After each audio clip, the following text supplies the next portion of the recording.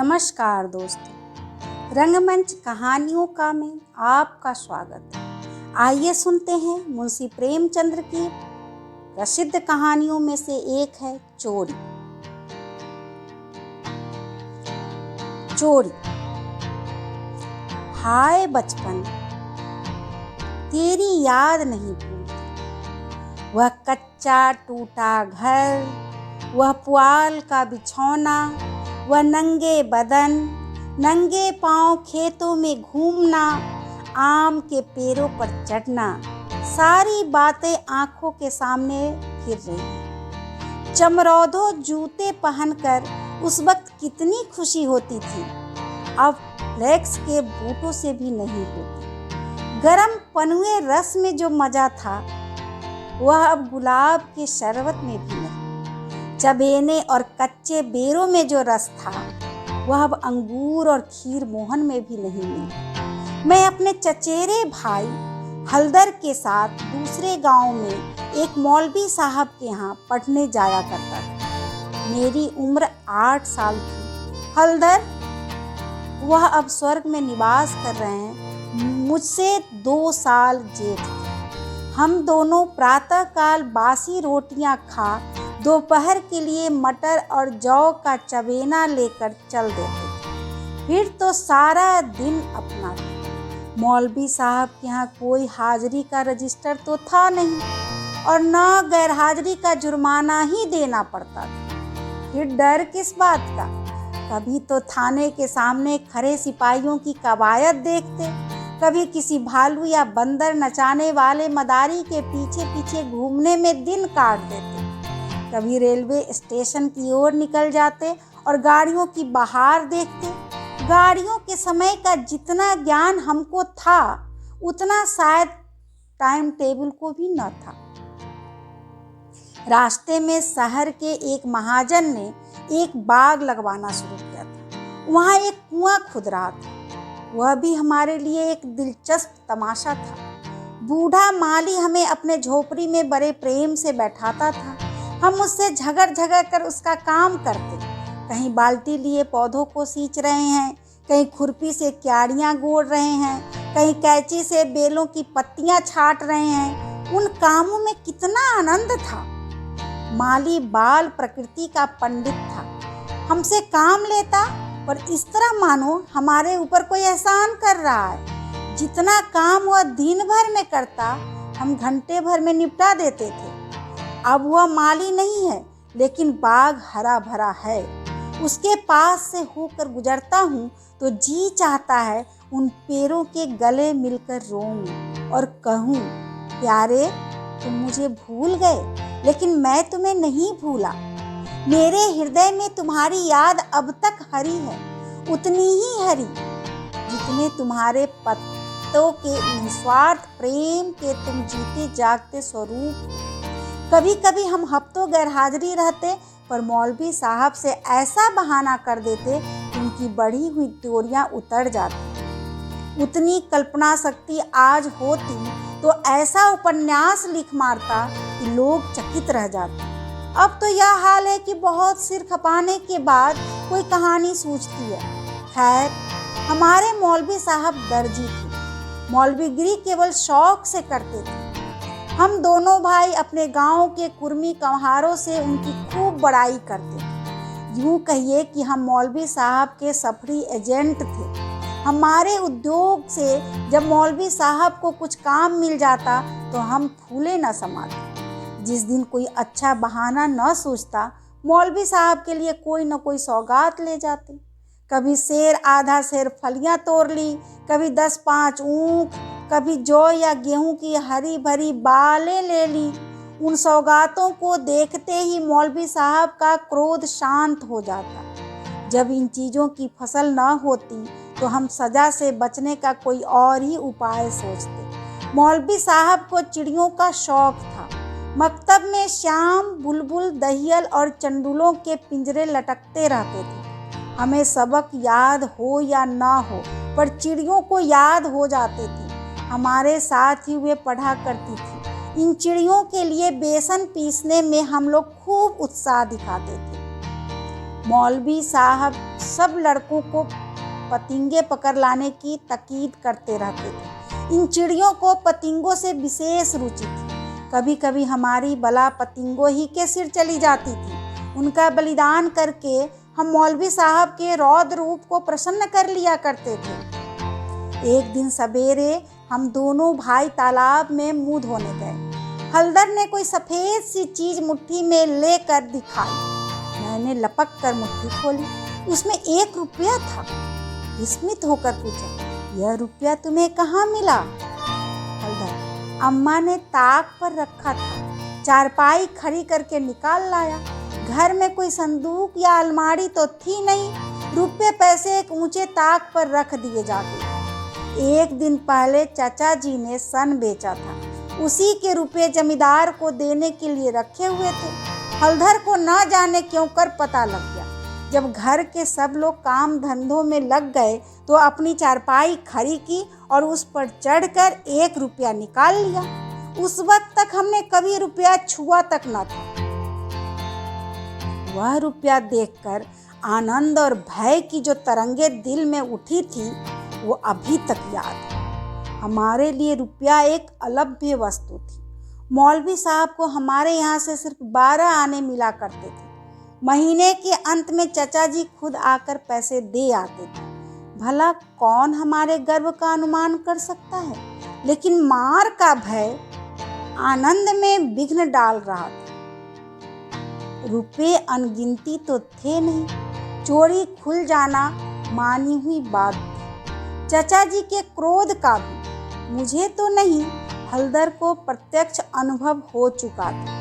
यूँ उनसे ज़्यादा सीधा साधा आदमी दुनिया में न था। चचा ने उनकी रक्षा का भार सिर पर न रख लिया होता तो कोई बनिया उन्हें बाजार में बेच सकता था, पर जब क्रोध आ जाता तो फिर उन्हें कुछ न सूझता। और तो और चाची भी उनके क्रोध का सामना करते डरती थी।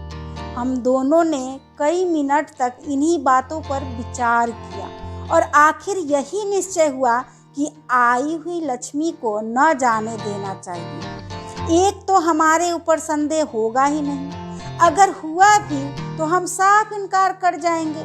कहेंगे हम रुपया लेकर क्या करते। थोड़ा सोच विचार करते तो यह निश्चय पलट जाता और वह विभत्स लीला न होती जो आगे चलकर हुई। पर उस समय हम में शांति से विचार करने की क्षमता ही न थी।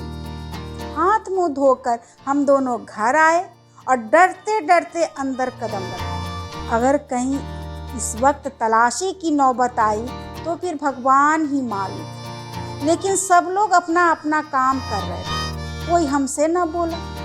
हमने नाश्ता भी न किया, चमेना भी न लिया, किताब बगल में दबाई और मदरसे का रास्ता लिया। बरसात के दिन थे, आकाश पर बादल छाए हुए थे। हम दोनों खुश खुश मकतब चले जा रहे थे। आज काउंसिल की मिनिस्ट्री पाकर भी शायद उतना आनंद न होता। हजारों मंसूबे बांधते थे, हजारों हवाई किले बनाते थे। यह अवसर बड़े भाग्य से मिला था। जीवन में फिर शायद ही वह अवसर मिले, इसलिए रुपये की इस तरह खर्च करना चाहते थे कि ज़्यादा से ज़्यादा दिनों तक चल सके। जबकि उन दिनों 5 आने सेर बहुत अच्छी मिठाई मिलती थी और शायद आधा सेर मिठाई में हम दोनों अफड़ जाते। लेकिन यह ख्याल हुआ कि मिठाई खाएंगे तो रुपया आज ही गायब हो जाएगा। कोई सस्ती चीज़ खानी चाहिए जिसमें मज़ा भी आए, पेट भी भरे और पैसे भी कम खर्च हो। आखिर अमरूदों पर हमारी नज़र गई। हम दोनों राजी हो गए। 2 पैसे के अमरूद मिले। सस्ता समय था, बड़े बड़े 12 अमरूद मिले। हम दोनों के कुर्तों के दामन भर गए। जब हलदर ने खटकिन के हाथ में रुपया रखा तो उसने संदेह से देखकर पूछा, रुपया कहाँ पाया? लाला चुरा तो नहीं लाए? जवाब हमारे पास तैयार था। ज़्यादा नहीं तो 2-3 किताबें पढ़ ही चुके थे। विद्या का कुछ कुछ असर हो चला था। मैंने झट से बोला, मौलवी साहब की फीस देनी है। घर में पैसे न थे तो चाचा जी ने रुपये दे दिया। इस जवाब ने खटकिन का संदेह दूर कर दिया। हम दोनों ने एक पुलिया पर बैठकर खूब अमरूद खाए, मगर अब 15.5 आने पैसे कहाँ ले जाएं? 1 रुपया छिपा लेना तो इतना मुश्किल काम न था। पैसों का ढेर कहाँ छिपता? न कमर में इतनी जगह थी और न जेब में इतनी गुंजाइश। उन्हें अपने पास रखना चोरी का ढिंढोरा पीटना था। बहुत सोचने के बाद यह निश्चय किया कि 12 आने तो मौलवी साहब को दे दिए जाएं, शेष 3.5 आने की मिठाई उड़े। यह फैसला करके हम लोग मकतब पहुंचे। आज कई दिन के बाद गए थे। मौलवी साहब ने बिगड़ कर पूछा, इतने दिन कहाँ रहे? मैंने कहा, मौलवी साहब, घर में गमी हो गई। यह कहते कहते 12 आने उनके सामने रख दिए। फिर क्या पूछना था? पैसे देखते ही मौलवी साहब की बांछें खिल गई। महीना खत्म होने में अभी कई दिन बाकी थे। साधारणतः महीना चढ़ जाने और बार बार तकाजे करने पर कहीं पैसे मिलते थे। अब की इतनी जल्दी पैसे पाकर उनका खुश होना कोई अस्वाभाविक बात न थी। हमने अन्य लड़कों की ओर सगर्व नेत्रों से देखा, मानो कह रहे हो, एक तुम हो कि मांगने पर भी पैसे नहीं देते, एक हम हैं कि पेशगी देते हैं। हम अभी सबक पढ़ ही रहे थे कि मालूम हुआ आज तालाब का मेला है, दोपहर में छुट्टी हो जाएगी। मौलवी साहब मेले में बुलबुल लड़ाने जाएंगे। यह खबर सुनते ही हमारी खुशी का ठिकाना न रहा। 12 आने तो बैंक में जमा ही कर चुके थे। 3.5 आने में मेला देखने की ठानी। खूब बाहर रहे, मज़े से रेवड़ियाँ खाएंगे, गोलगप्पे उड़ाएंगे, झूले पर चढ़ेंगे और शाम को घर पहुँचेंगे। लेकिन मौलवी साहब ने एक कड़ी शर्त लगा दी कि यह सब लड़के छुट्टी के पहले अपना अपना सबक सुना दें। जो सबक न सुना सकेगा उसे छुट्टी न मिलेगी। नतीजा यह हुआ कि मुझे तो छुट्टी मिल गई, पर हलधर कैद कर लिए गए। और कई लड़कों ने भी सबक सुना दिए थे। वे सभी मेला देखने चल पड़े। मैं भी उनके साथ हो लिया। पैसे मेरे ही पास थे, इसलिए मैंने हलधर को साथ लेने का इंतजार न किया।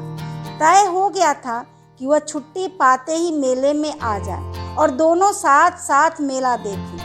मैंने वचन दिया था कि जब तक वह ना आएंगे 1 पैसा भी खर्च न करूँगा। लेकिन क्या मालूम था कि दुर्भाग्य कुछ और ही लीला रच रहा है। मुझे मेला पहुँचे 1 घंटे से ज़्यादा गुजर गया, पर हलधर का कहीं पता नहीं। अभी तक मौलवी साहब ने छुट्टी नहीं दी या रास्ता भूल गए। आंखें फाड़ फाड़ कर सड़क की ओर देखता था। अकेला मेला देखने में जी भी न लगता था। यह संशय भी हो रहा था कि कहीं चोरी खुल गई तो नहीं हो गई और चाचा जी हलधर को पकड़कर घर तो नहीं ले गए। आखिर जब शाम हो गई तो मैंने कुछ रेवड़ियाँ खाई और हलधर के हिस्से के पैसे जेब में रखकर धीरे धीरे घर चला। रास्ते में ख्याल आया मकतब होता चलूं। शायद हलधर अभी वहीं हो, मगर वहाँ सन्नाटा था। हाँ, एक लड़का खेलता हुआ मिला। उसने मुझे देखते ही जोर से कहा मारा और बोला, बच्चा घर जाओ तो कैसी मार पड़ती है। तुम्हारे चाचा आए थे, हलधर को मारते मारते ले गए हैं। अजी ऐसा तान कर घूंसा मारा कि मियाँ हलधर मुंह के बल गिर पड़े। यहाँ से घसीटते ले गए हैं। तुमने मौलवी साहब की तनख्वाह दे दी थी, वह भी ले ली। अभी कोई बहाना सोच लो, नहीं तो बेभाव की पड़ेगी। मेरी सिट्टी पुट्टी भूल गई, बदन का लहू सूख गया। वही हुआ जिसका मुझे शक हो रहा था। पैर मन भर के हो गए। घर की ओर एक एक कदम चलना मुश्किल हो गया। देवी देवताओं के जितने नाम याद थे सभी को मानता मानी। किसी को लड्डू, किसी को पेड़े, किसी को बतासे। गांव के पास पहुंचा तो गांव के डी का सुमिरन याद किया, क्योंकि अपने हलके में ढी की इच्छा सर्वप्रधान होती है। यह सब कुछ किया, लेकिन ज्यों-ज्यों घर निकट आता दिल की धड़कन बढ़ती जाती थी। घटाएं उमड़ी जाती थी। मालूम होता था आसमान फट कर गिरा ही चाहता है। देखता था लोग अपने अपने काम छोड़ छोड़ भागे जा रहे हैं। गोरू भी पूंछ उठाए घर की ओर उछलते कूदते चले जाते थे। चिड़ियाँ अपने घोंसलों की ओर उड़ी चली जाती थी, लेकिन मैं उसी मंद गति से चला जाता था, मानो पैरों में शक्ति नहीं। जी चाहता था जोर का बुखार चढ़ाए या कहीं चोट लग जाए, लेकिन कहने से धोबी गधे पर नहीं चढ़ता, बुलाने से मौत नहीं आती। बीमारी का तो कहना ही क्या, कुछ ना हुआ और धीरे धीरे चलने पर भी घर सामने आ ही गया। अब क्या हो? हमारे द्वार पर इमली का एक घना वृक्ष था। मैं उसी की आड़ में छिप गया कि जरा और अंधेरा हो जाए तो चुपके से घुस जाऊं और अम्मा के कमरे में चारपाई के नीचे जा बैठ। जब सब लोग सो जाएंगे तो अम्मा से सारी कथा कह सुनाऊंगा। अम्मा कभी नहीं मारती, जरा उनके सामने झूठ मूठ रोऊंगा तो वह और भी पिघल जाएंगी। रात कट जाने पर फिर कौन पूछता है, सुबह तक सबका गुस्सा ठंडा हो जाएगा। अगर ये मंसूबे पूरे हो जाते तो इसमें संदेह नहीं कि मैं बेदाग बच जाता, लेकिन वहाँ तो विधाता को कुछ और ही मंजूर था। मुझे एक लड़के ने देख लिया और मेरे नाम की रट लगाते हुए सीधे मेरे घर में भागा। अब मेरे लिए कोई आशा न रही। लाचार घर में दाखिल हुआ तो सहसा मुंह से एक चीख निकल गई, जैसे मार खाया हुआ कुत्ता किसी को अपनी ओर आता देखकर भय से चिल्लाने लगता है। बरोठे में पिताजी बैठे थे। पिताजी का स्वास्थ्य इन दिनों कुछ खराब हो गया था। छुट्टी लेकर घर आए हुए थे। यह तो नहीं कह सकता कि उन्हें शिकायत क्या थी, पर वह मूंग की दाल खाते थे और संध्या समय शीशे की गिलास में एक बोतल में से कुछ उड़ेल उड़ेल कर पीते थे। शायद यह किसी तजुर्बेकार हकीम की बताई हुई दवा थी। दवाएं सब बासने वाली और कड़वी होती हैं। यह दवा भी बुरी ही थी, पर पिताजी न जाने क्यों इस दवा को खूब मजा ले लेकर पीते थे। हम जो दवा पीते हैं तो आंखें बंद करके एक ही घूंट में गटक जाते हैं, पर शायद इस दवा का असर धीरे धीरे पीने में ही होता है। पिताजी के पास गांव के 2-3 और कभी कभी 4-5 और रोगी भी जमा हो जाते और घंटों दवा पीते रहते थे। मुश्किल से खाना खाने बैठते थे।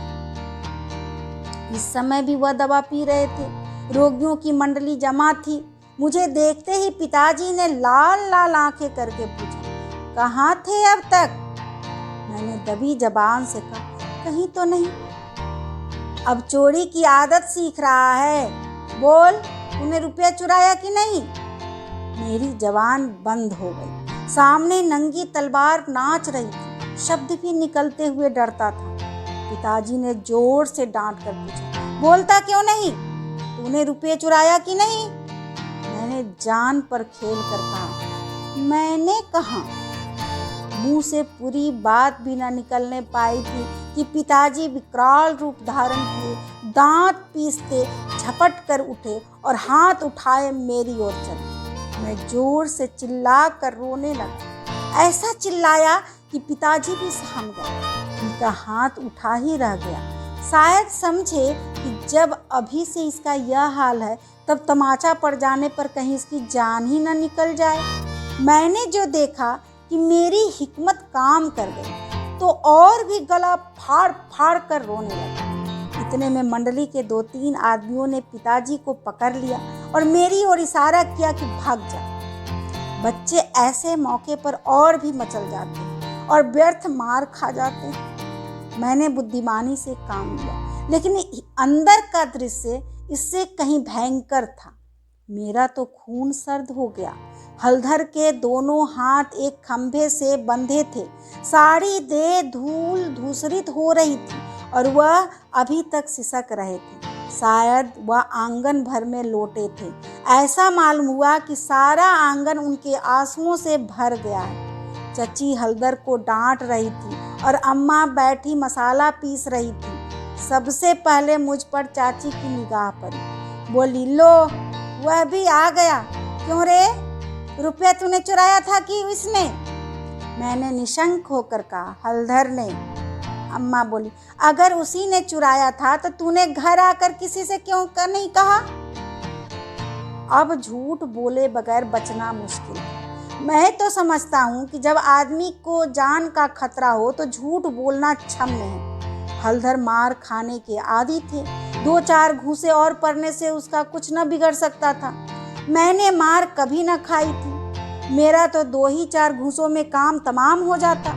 फिर हलधर ने भी तो अपने को बचाने के लिए मुझे फंसाने की चेष्टा की थी। नहीं तो चाची मुझसे यह क्यों पूछती, रुपये तूने चुराया या हलधर ने?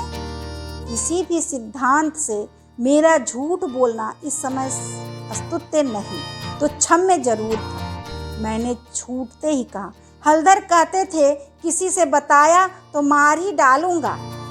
अम्मा, देखा वही बात निकली ना। मैं तो कहती थी बच्चा की ऐसी आदत नहीं, पैसे तो वह हाथ से छूता ही नहीं, लेकिन सब लोग मुझी को उल्लू बनाने लगे। हलधर, मैंने तुमसे कब कहा था कि बताओगे तो मारूंगा? मैं, वही तालाब के किनारे तो। हलधर, अम्मा बिल्कुल झूठ है। चाची, झूठ नहीं सच है। झूठ तो तू है और तो सारा संसार सच्चा है। तेरा नाम निकल गया है ना। तेरा बाप नौकरी करता है, बाहर से रुपये कमा लाता, 4 जने उसे भला आदमी कहते हैं, तो तू भी सच्चा होता।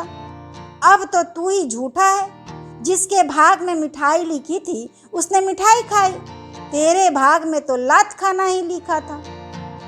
यह कहते हुए चाची ने हलधर को खोल दिया और हाथ पकड़कर भीतर ले गई। मेरे विषय में स्नेहपूर्ण आलोचना करके अम्मा ने पासा पलट दिया, नहीं तो अभी बेचारे पर ना जाने कितनी मार पड़ती। मैंने अम्मा के पास बैठकर अपनी निर्दोषिता का राग खूब अलापा। मेरी सरल हृदय माता मुझे सत्य का अवतार समझती थी। उन्हें पूरा विश्वास हो गया कि सारा अपराध हलधर का। एक क्षण बाद मैं गुड़ चबेना लिए कोठरी से बाहर निकला। हलधर भी उसी वक्त चिवड़ा खाते हुए बाहर निकले। हम दोनों साथ साथ बाहर आए और अपनी अपनी बीती सुनाने लगे। मेरी कथा सुखमय थी, हलधर की दुखमय, पर अंत दोनों का एक था, गुड़ और चबेना। अभी आप सुन रहे थे मुंशी प्रेमचंद्र की कहानी चोरी। धन्यवाद।